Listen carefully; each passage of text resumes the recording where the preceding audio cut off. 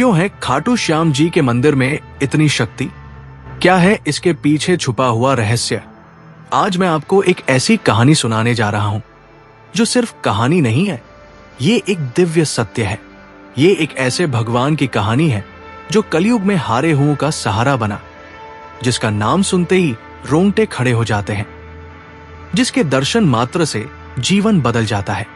राजस्थान की धरती पर सीकर जिले में खाटू नामक एक छोटे से गांव में एक ऐसा मंदिर है जहां रोज लाखों लोग अपनी मुराद लेकर आते हैं। कोई रोता हुआ आता है, कोई हारा हुआ आता है, कोई टूटा हुआ आता है, लेकिन जो भी सच्चे दिल से आता है वो खाली हाथ नहीं जाता। लेकिन क्यों है इस मंदिर में इतनी शक्ति? क्या है वो रहस्य जो इस स्थान को दुनिया के सबसे चमत्कारिक धामों में से एक बनाता है? आइए मैं आपको वो कहानी सुनाता हूं जो समय के पन्नों में दबी हुई है, वो कहानी जो आपकी आत्मा को छू जाएगी। नमस्कार प्यारे दर्शकों, एक नई कहानी और एक नया वीडियो लेकर आपकी सेवा में उपस्थित हुए हैं।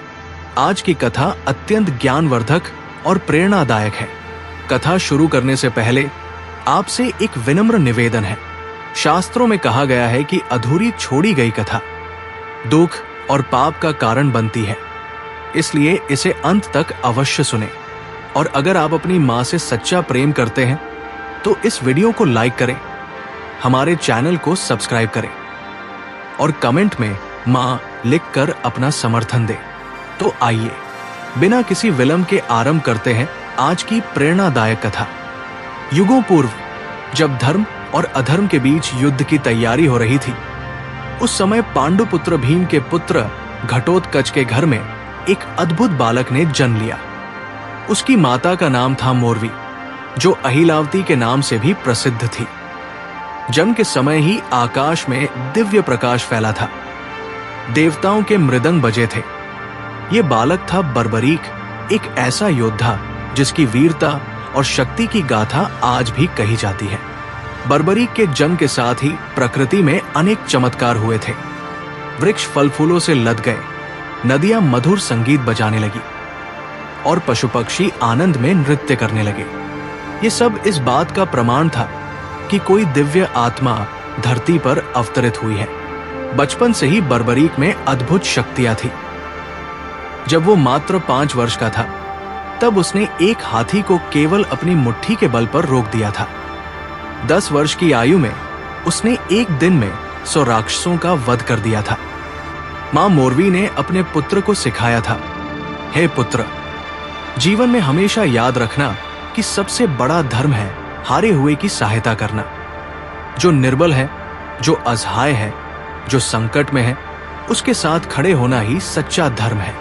मां के इन शब्दों को बर्बरीक ने अपने हृदय की गहराई में बसा लिया था। वो जानता था कि उसकी शक्ति का उपयोग कमजोरों की रक्षा के लिए करना है। जब बर्बरीक 16 वर्ष का हुआ, तब उसने घोर तपस्या की। हिमालय की ऊंची चोटियों पर, जहां सिवाय बर्फ के कुछ नहीं था, वहां उसने भगवान शिव की आराधना की।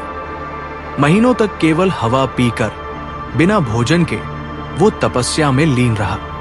भगवान शिव प्रसन्न हुए और उन्होंने बर्बरीक को 3 अद्भुत बाण प्रदान किए। ये बाण साधारण नहीं थे, ये दिव्य थे, चमत्कारी थे। पहला बाण ये शत्रु के सभी कमजोर स्थानों को चिह्नित करता था। जहां भी ये निशाना लगाता, वहां लाल रंग का चिन्ह बन जाता था। दूसरा बाण ये मित्रों और रक्षणीय व्यक्तियों को पहचान कर उन्हें चिह्नित करता था, उन पर नीले रंग का निशान बनता था। तीसरा बाण ये सबसे शक्तिशाली था। ये लाल निशान वाले सभी स्थानों को एक साथ भेद कर शत्रुओं का संहार करता था और नीले निशान वाले सभी को सुरक्षित कर देता था। माता मोरवी ने, जो स्वयं एक नागकन्या थी, अपने पुत्र को एक दिव्य धनुष प्रदान किया। ये धनुष इतना शक्तिशाली था कि इसकी टंकार से ही शत्रु भयभीत हो जाते थे। इस धनुष का नाम था महाकाल दंड। इस धनुष की विशेषता ये थी कि ये कभी नहीं चूकता था। जो भी लक्ष्य बर्बरीक मन में सोचता, वो तुरंत उस तक पहुंच जाता था। चाहे शत्रु कहीं भी छुप जाए, चाहे वो किसी भी माया का सहारा ले ये बाण उसे ढूंढकर मार गिराता था। जब महाभारत के युद्ध की घोषणा हुई तब बर्बरी के हृदय में भी युद्ध में भाग लेने की इच्छा जगी। उसने सोचा, ये तो धर्म और अधर्म का युद्ध है, मुझे इसमें अवश्य भाग लेना चाहिए। लेकिन प्रश्न था किस पक्ष में? बर्बरी के मन में कोई शंका नहीं थी। उसकी मां ने जो संस्कार दिए थे उसके अनुसार उसे हमेशा हारने वाले का साथ देना था। वो अपने नीले घोड़े पर सवार होकर कुरुक्षेत्र की ओर चल पड़ा। रास्ते में जो भी उसे मिलता वो पूछता, कुरुक्षेत्र में कौन जीत रहा है? सभी का एक ही उत्तर था, पांडव निर्बल है, कौरव शक्तिशाली है। ये सुनकर बर्बरीक का निर्णय और भी पक्का हो गया। वो पांडवों का साथ देगा। कुरुक्षेत्र के पास पहुंचकर बर्बरीक ने एक वट वृक्ष के नीचे विश्राम किया। वहां उसे एक युवा ब्राह्मण मिला जो अत्यंत सुंदर और तेजस्वी था। उसकी आंखों में अद्भुत गहराई थी, मुस्कान में दिव्य चमक थी। ये ब्राह्मण कोई और नहीं, स्वयं भगवान कृष्ण थे, जो बर्बरी की परीक्षा लेने आए थे। वत्स, ब्राह्मण ने मधुर स्वर में कहा, तुम कहां जा रहे हो और ये 3 बाण लेकर क्या करोगे? क्या तुम्हें लगता है कि मात्र 3 बाणों से तुम युद्ध जीत सकते हो? बर्बरीक ने विनम्रता से उत्तर दिया, हे ब्राह्मण देव, ये कोई साधारण बाण नहीं है। एक बाण से मैं अपने शत्रुओं को चिह्नित कर सकता हूं, दूसरे से मित्रों को और तीसरे से सभी शत्रुओं का सहार। यदि आवश्यकता हो तो एक ही बाण से मैं सारी पृथ्वी को छलनी कर सकता हूं। ब्राह्मण ने मुस्कुराते हुए कहा, यह कैसे संभव है? वत्स, दिखाओ तो मुझे अपनी शक्ति। उन्होंने पास के एक विशाल पीपल वृक्ष की ओर इशारा किया और कहा, इस वृक्ष के सभी पत्तों को छेद दो, लेकिन ध्यान रहे एक भी पत्ता नष्ट नहीं होना चाहिए, केवल छेद होना चाहिए। बर्बरीक ने अपने पहले बाण को धनुष पर चढ़ाया। मन ही मन उसने संकल्प किया था, महादेव, इस वृक्ष के हर पत्ते के मध्य में छेद हो जाए। बाण छूटा और चमत्कार हो गया। वृक्ष के हजारों पत्तों में प्रत्येक के मध्य में एक सुंदर गोल छेद हो गया। पूरा वृक्ष मानो कलाकृति बन गया था। लेकिन यह चमत्कार यही नहीं रुका। ब्राह्मण के पैर के नीचे भी एक पीपल का पत्ता था जिसमें भी छेद हो गया था। बर्बरीक समझ गया कि यह कोई साधारण ब्राह्मण नहीं है। तभी ब्राह्मण का रूप बदलने लगा। उनके चारों ओर दिव्य प्रकाश फैल गया।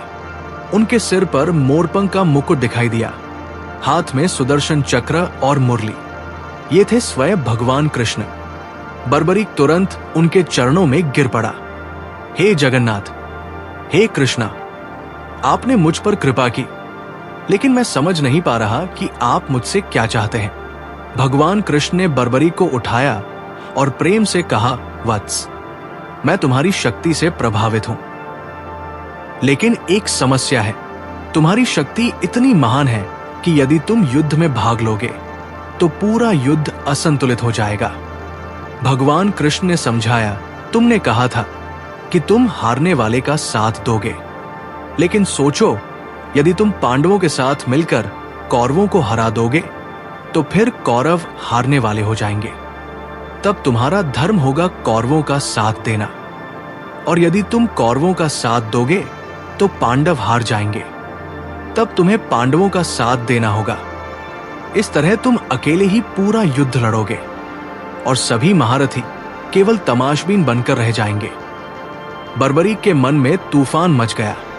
उसने समझा कि भगवान सत्य कह रहे हैं। उसकी शक्ति वास्तव में इतनी प्रबल थी कि वो अकेले ही युद्ध का परिणाम बदल सकती थी। भगवान कृष्ण ने धीरे से कहा, वत्स, मैं तुमसे गुरुदक्षिणा मांगता हूं। अवश्य प्रभु, आपकी आज्ञा मेरे लिए सर्वोपरि है। मांगिए, क्या चाहिए आपको? मुझे तुम्हारा शीश चाहिए। यह सुनकर बर्बरीक के चेहरे पर एक पल के लिए उदासी छा गई। उसके मन में हजारों विचार आए। युद्ध देखने की इच्छा, वीरगति पाने की चाह, यश कमाने की लालसा, सब कुछ एक पल में बिखर गया। लेकिन अगले ही क्षण उसके चेहरे पर शांति आ गई। गुरु का आदेश उसके लिए सब कुछ था। प्रभु, बर्बरीक ने दृढ़ स्वर में कहा, आपकी इच्छा मेरे लिए आदेश है, मैं अपना शीश अवश्य दूंगा। लेकिन मेरी एक प्रार्थना है, कहो वत्स, क्या चाहते हो? मैं युद्ध देखना चाहता हूं। मेरा शीश काटने के बाद भी यदि वो युद्ध देख सके तो मैं अपने जीवन को सार्थक समझूंगा। भगवान कृष्ण ने प्रसन्नता से कहा, तथास्तु। तुम्हारा शीश न केवल युद्ध देखेगा बल्कि युद्ध की संपूर्ण गाथा को समझेगा भी। और सुनो, एक और वरदान देता हूं, कलयुग में तुम मेरे नाम से पूजे जाओगे, लोग तुम्हें श्याम कहकर पुकारेंगे। बर्बरीक ने अपनी तलवार निकाली। भगवान कृष्ण के सामने झुकते हुए उसने कहा, हे कृष्णा, ये शीश आपको समर्पित है, इसे स्वीकार कीजिए। एक ही वार में बर्बरीक ने अपना शीश काट दिया। आकाश से पुष्प बरसने लगे, देवताओं के मृदंग बजे और एक दिव्य प्रकाश चारों ओर फैल गया। कटा हुआ शीश भूमि पर गिरा, लेकिन उसकी आंखें खुली रही, चेहरे पर तेज बना रहा। भगवान कृष्ण ने उस शीश को उठाकर कुरुक्षेत्र के युद्ध क्षेत्र के पास एक ऊंचे स्थान पर रखा, जहां से संपूर्ण युद्ध दिखाई देता था। 18 दिन तक चले महाभारत के युद्ध में बर्बरीक का शीश सब कुछ देखता रहा।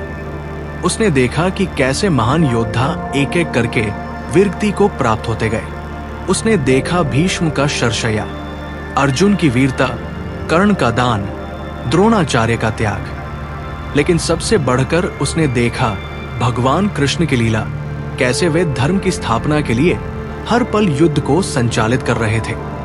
युद्ध समाप्त होने पर जब पांडवों में विवाद हुआ कि सबसे बड़ा योद्धा कौन था, तब भगवान कृष्ण ने बर्बरीक के शीश से पूछा, तुमने पूरा युद्ध देखा है, बताओ सबसे महान योद्धा कौन था? बर्बरीक के शीश ने उत्तर दिया, प्रभु, मैंने देखा कि युद्ध में केवल आपका सुदर्शन चक्र और द्रौपदी के बाल दिखाई दे रहे थे। चक्र शत्रुओं का संहार कर रहा था और द्रौपदी के बाल धर्म की रक्षा कर रहे थे। बाकी सभी योद्धा तो केवल निमित्त मात्र थे। ये सुनकर सबको समझ आया कि युद्ध का वास्तविक संचालक भगवान कृष्ण थे। युद्ध समाप्त होने के बाद बर्बरीक का शीश रहस्यमय रूप से गायब हो गया। कहा जाता है कि वो आकाश मार्ग से उड़ता हुआ राजस्थान की दिशा में चला गया। सैकड़ों वर्ष बीत गए, कलयुग का प्रभाव बढ़ने लगा, धर्म की हानि होने लगी, अन्याय बढ़ने लगा, लोग दुखी होने लगे। तब भगवान कृष्ण के वरदान के अनुसार बर्बरीक का समय आया कलयुग में अवतरित होने का। राजस्थान के रींगस नामक स्थान पर एक धर्मात्मा ब्राह्मण रहता था। उसका नाम था ज्योतिष शास्त्री पंडित सोमदत्त। वो नित्य पूजा पाठ करता था, गरीबों की सेवा करता था। एक रात उसे स्वप्न आया। स्वप्न में एक दिव्य पुरुष दिखाई दिया जिसकी आभा अद्भुत थी। उसने कहा, मैं बर्बरीक हूं, महाभारत का योद्धा। कलयुग में मैं श्याम के नाम से पूजा जाऊंगा। तुम कल प्रातःकाल नगर के बाहर पीपल वृक्ष के नीचे खुदाई करो, वहां तुम्हें एक दिव्य शीश मिलेगा। अगले दिन पंडित सोमदत्त ने अपने मित्रों के साथ उस स्थान पर खुदाई शुरू की। थोड़ी खुदाई के बाद ही मिट्टी से एक अद्भुत तेज निकलने लगा। जैसे जैसे खुदाई आगे बढ़ती गई, तेज और भी प्रखर होता गया। अंत में एक अद्भुत शीश मिला। ये शीश जीवंत लगता था। इसकी आंखें बंद थी, लेकिन चेहरे पर दिव्य शांति थी। शीश के चारों ओर प्रकाश फैला हुआ था। जैसे ही शीश को बाहर निकाला गया, आकाश में इंद्रधनुष दिखाई दिया, फूलों की वर्षा हुई और मधुर संगीत की आवाज आई। पंडित सोमदत्त ने शीश को एक पवित्र स्थान पर रखा। उसी रात उन्हें फिर स्वप्न आया। इस बार स्वप्न में भगवान कृष्ण दिखाई दिए। वत्स, भगवान कृष्ण ने कहा, इस शीश को यहां से खाटू नाम के स्थान पर ले जाना है। वहां एक कुंड है जो मेरी दिव्य शक्ति से बना है। उसका नाम श्याम कुंड है। वही बर्बरीक का स्थायी निवास होगा। लेकिन प्रभु, खाटू कहां है? पंडित ने पूछा। तुम केवल शीश को लेकर चलते जाओ। जहां शीश रुकना चाहेगा, समझ जाना कि वही स्थान है। पंडित सोमदत्त ने शीश को एक दिव्य पट्टी पर रखा और यात्रा शुरू की। रास्ते में जो भी व्यक्ति शीश के दर्शन करता, उसके सारे कष्ट दूर हो जाते थे। बीमार व्यक्ति ठीक हो जाते, दुखी लोगों को शांति मिलती। कई दिन की यात्रा के बाद जब वे एक सुंदर स्थान पर पहुंचे तो शीश अचानक भारी हो गया। कितनी भी कोशिश करने पर वो आगे नहीं बढ़ सका। समझ में आ गया कि यही वो स्थान है। वहां एक प्राकृतिक कुंड था जिसका पानी अत्यंत शुद्ध और निर्मल था। स्थानीय लोग इसे श्याम कुंड कहते थे। उस समय खाटू गांव का राजा था राजा रूप सिंह चौहान। जब उन्हें इस चमत्कारी शीश के बारे में पता चला तो वे तुरंत दर्शन के लिए आए। शीश के दर्शन करते ही राजा के मन में अपार श्रद्धा जग गई। उन्होंने तुरंत वहां एक भव्य मंदिर बनवाने का निर्णय लिया। मंदिर का निर्माण अद्भुत तरीके से हुआ।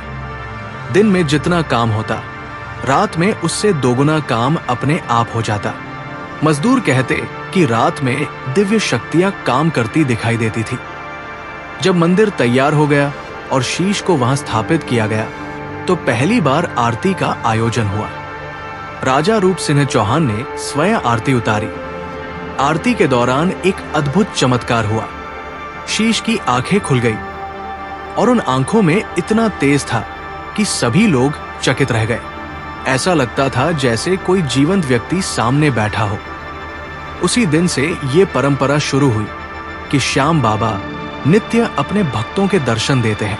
उनकी आंखों में वही दया भाव है जो महाभारत के समय था, वही करुणा है जो हारे हुओं के लिए थी। श्याम कुंड में एक विशेष रहस्य है। इसका पानी कभी कम नहीं होता, कभी ज्यादा नहीं होता। हजारों लोग रोज इसमें स्नान करते हैं, लेकिन पानी का स्तर वही रहता है। वैज्ञानिकों ने इसकी जांच की, लेकिन कोई भूमिगत जल स्रोत नहीं मिला। ये रहस्य आज भी बना हुआ है। कहा जाता है कि ये कुंड सीधे क्षीर सागर से जुड़ा है, जहां भगवान विष्णु विराजते हैं। इसीलिए इसका पानी कभी समाप्त नहीं होता। श्याम बाबा की मूर्ति के ठीक नीचे एक गुप्त कक्ष है। कहा जाता है कि वहां बर्बरीक के 3 दिव्य बाण रखे हुए हैं। ये कक्ष तब तक नहीं खुलेगा जब तक कलयुग में धर्म का सर्वनाश नहीं हो जाता। जब कलयुग के अंत में पाप अपने चरम पर पहुंचेगा तब ये कक्ष खुलेगा और श्याम बाबा अपने दिव्य बाणों के साथ धर्म की स्थापना करेंगे। भविष्य पुराण में लिखा है कि कलयुग के अंत में एक नील घोड़े पर सवार होकर एक योद्धा आएगा जो धर्म की स्थापना करेगा। श्याम बाबा के भक्त मानते हैं कि ये योद्धा श्याम बाबा ही होंगे। मंदिर के पुराने शिलालेखों में एक नील घोड़े का चित्र है जिस पर एक योद्धा सवार है। ये चित्र रहस्यमय है और इसका अर्थ आज तक कोई नहीं समझ सका। श्याम बाबा के 11 नाम हैं और ये संख्या भी रहस्यमय है। इन 11 नामों में छुपी हुई है कलयुग की संपूर्ण गाथा। प्रत्येक नाम एक युग की समस्या का समाधान है। जब कोई भक्त पूरी श्रद्धा के साथ इन 11 नामों का जाप करता है तो उसकी सभी समस्याएं हल हो जाती हैं। लेकिन ये तभी संभव है जब भक्त का हृदय पूर्णतः शुद्ध हो। श्याम बाबा से जुड़ी कुछ संख्याएं विशेष है। मंदिर में 108 सीढ़ियां हैं। श्याम कुंड का व्यास 51 फीट है। मुख्य गुंबद की ऊंचाई 108 फीट है। ये संख्याएं केवल संयोग नहीं है। हिंदू धर्म में इन संख्याओं का विशेष महत्व है। 108 ब्रह्मांड की संपूर्णता का प्रतीक है और 51 शक्तिपीठों की संख्या है। ज्योतिषियों के अनुसार श्याम बाबा का मंदिर एक विशेष ज्योतिषीय स्थान पर बना है। यहाँ 5 ग्रहों की शक्तियां केंद्रित होती हैं। फाल्गुन मास की एकादशी के दिन यहाँ विशेष ऊर्जा होती है। इस दिन श्याम बाबा की शक्ति चरम पर होती है। श्याम बाबा से जुड़े रंग नीला, पीला और लाल ये सभी के विशेष अर्थ है। नीला रंग विष्णु का है, पीला ज्ञान का और लाल शक्ति का। भक्त जब इन रंगों के कपड़े पहनकर आते हैं तो उनका श्याम बाबा के साथ विशेष तालमेल बनता है। शास्त्रों के अनुसार जब कलयुग अपने अंतिम चरण में पहुंचेगा तब धर्म लगभग समाप्त हो जाएगा। उस समय श्याम बाबा पूर्ण रूप से प्रकट होंगे। वे अपने 3 दिव्य बाणों के साथ आएंगे और अधर्म का नाश करेंगे। ये होगी कलयुग की अंतिम लड़ाई। भविष्य पुराण में लिखा है कि एक नील घोड़ा आकाश से उतरेगा। उस पर श्याम बाबा सवार होंगे। उनके हाथ में अपना दिव्य धनुष होगा। वे एक ही बाण से सारे संसार के पापियों का नाश करेंगे और धर्म की स्थापना करेंगे। श्याम बाबा के इस अवतरण के बाद सत्ययुग शुरू होगा। फिर से धर्म, सत्य और न्याय का राज्य होगा। लोग प्रेम से रहेंगे, कोई दुख नहीं होगा। यही है श्याम बाबा का अंतिम मिशन, संसार में शांति और खुशी की स्थापना। इस कहानी का अंत प्रेम की जीत के साथ होता है। श्याम बाबा प्रेम के अवतार हैं। उनका प्रेम जाति, धर्म, भाषा की सीमाओं को पार करता है। वे मुस्लिम, सिख, ईसाई सभी के हैं, क्योंकि दुख का कोई धर्म नहीं होता और जो दुख हरता है वो सबका होता है। हारे का सहारा, श्याम हमारा। यही है खाटू श्याम की दिव्य शक्ति। यही है उनका छुपा हुआ रहस्य, अनंत प्रेम, अनंत करुणा, अनंत कृपा। प्रिय साथियों, इस कथा के बारे में आपके विचारों का हमें बेसब्री से इंतजार रहेगा।